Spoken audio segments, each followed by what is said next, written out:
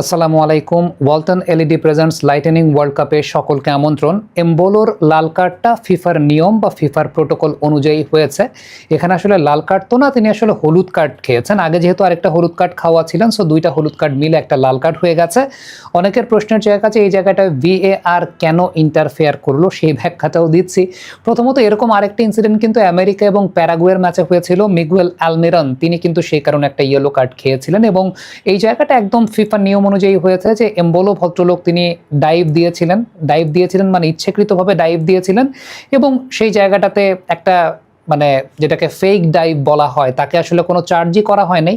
তিনি ডাইভ দিয়েছিলেন এবং তিনি ডাইভ দেওয়ার পরে তিনি পড়ে গেছেন। সেই জায়গাটা প্যারাডেস তাকে কোনো চার্জ করেন নাই এবং এই ফেক ডাইভের জন্য আন্ডার ফিফা ল 12 মানে IFABর ল 12 সেই অনুযায়ী কিন্তু এরকম ফেক ডাইভিংয়ের জন্য ইয়েলো কার্ড দেওয়ার বিধান রয়েছে এবং সেটা একটা ইয়েলো কার্ডের অফেন্সি বা একটা কশনের অফেন্সি হয়। যেহেতু আগে থেকেই কার্ড খাওয়া ছিলেন, সো দুইটা ইয়েলো কার্ড মিলে লাল কার্ড হয়ে গেছে।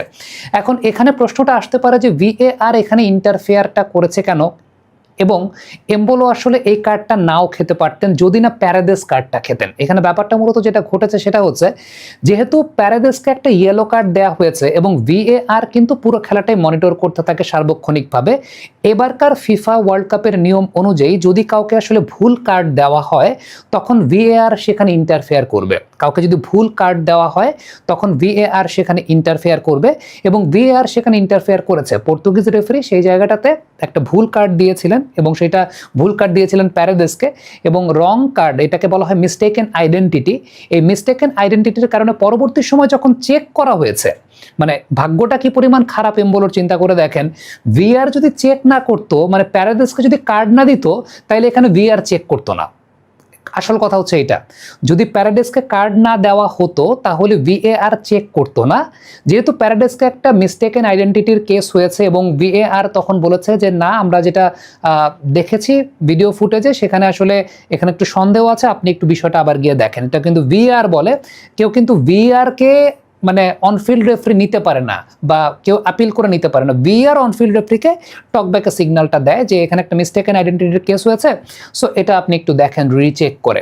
তখন রেফারি গিয়ে রিচেক করে দেখেছেন যে হ্যাঁ, এটা আসলেই মিস্টেকেন আইডেন্টিটি ঘটেছে।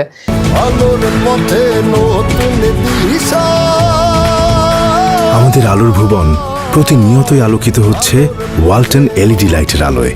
এবং মিস্টেকেন আইডেন্টিটি ঘটা এটা দেখতে দেখতে আসলে ধরা পড়ে গেছে এমবোলো আসলে এই জায়গাটা একটা ফেক ডাইভ দিয়েছে, যেটা রেফারির মনে সন্দেহ ক্রিয়েট করেছিল যে আসলে এমবোলোকে ফাউল করা হয়েছে কিনা। কারণ অনফিল্ড রেফারি যে অ্যাঙ্গেলটাতে দাঁড়িয়েছিলেন সেই অ্যাঙ্গেলটা থেকে তার কাছে হয়তো মনে হয়েছে যে প্যারাডেসের একটা রাফ ট্যাকেল করেছেন এবং রাফ ট্যাকেল করেছে দেখেই এমবোলো ওইভাবে পড়ে গেছেন এবং যে কারণে তাকে কার্ড দেখিয়েছিলেন। সো ওই যে ফেক ডাইভটা, ওই ফেক ডাইভটা রেফারিকে কিন্তু রিয়েল টাইমে এটা ইনিশিয়েট করতে বাধ্য করেছে যে প্যারাডেস একটা মানে ট্যাকেল করেছেন বা একটা বাজে ট্যাকেল করেছেন, যে কারণে তাকে ইয়েলো কার্ড দেওয়া হয়েছে। সো VAR যখন মিস্টেকেন আইডেন্টিটির কারণে তাকে কল করেছে এবং তিনি দেখেছেন যে না, তার এই কার্ডটা দেওয়া ভুল ছিল, তখন ধরা পড়লো যে এমবোলো আসলে অভিনয় করেছে। সো এটার কারণেই পরবর্তী সময় কিন্তু তাকে ইয়েলো কার্ডটা দেওয়া হয়েছে এবং এটা ইয়েলো কার্ডেরই অফেন্স এবং সেটা দুটা ইয়েলো কার্ড মিলে একটা রেড কার্ড হয়েছে। আবারও বলি, যারা আমেরিকা এবং প্যারাগুয়ের ম্যাচ দেখেন নাই সেই ম্যাচটা দয়া করে একটু দেখে আসবেন।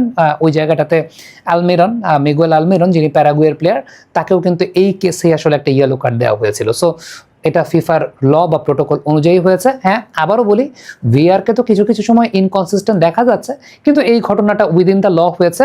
আরেকটা ব্যাপারে নিয়ে আমি আরেকটা আলাদা ভিডিও করব, যেটা হচ্ছে ইংল্যান্ড নরওয়ে ম্যাচে কিন্তু দুইটা ঘটনা ঘটেছে যেটা মিশর ম্যাচের সঙ্গে অনেক বেশি মাত্রা রিলেভেন্ট। মোহাম্মদ সালার ওই ফাউলটা যেটা পেনাল্টির ভেতরে, ওটা নিয়ে কথা হচ্ছে। হ্যারি কেনেরও সেম একটা ঘটনা ঘটেছে, সেটা নিয়ে কথা বলবো, তবে সেটা আরেকটা ভিডিওতে, এই ভিডিওটা প্রলং না করি। থ্যাংক ইউ সো মাচ আমাদের সঙ্গে থাকার জন্য।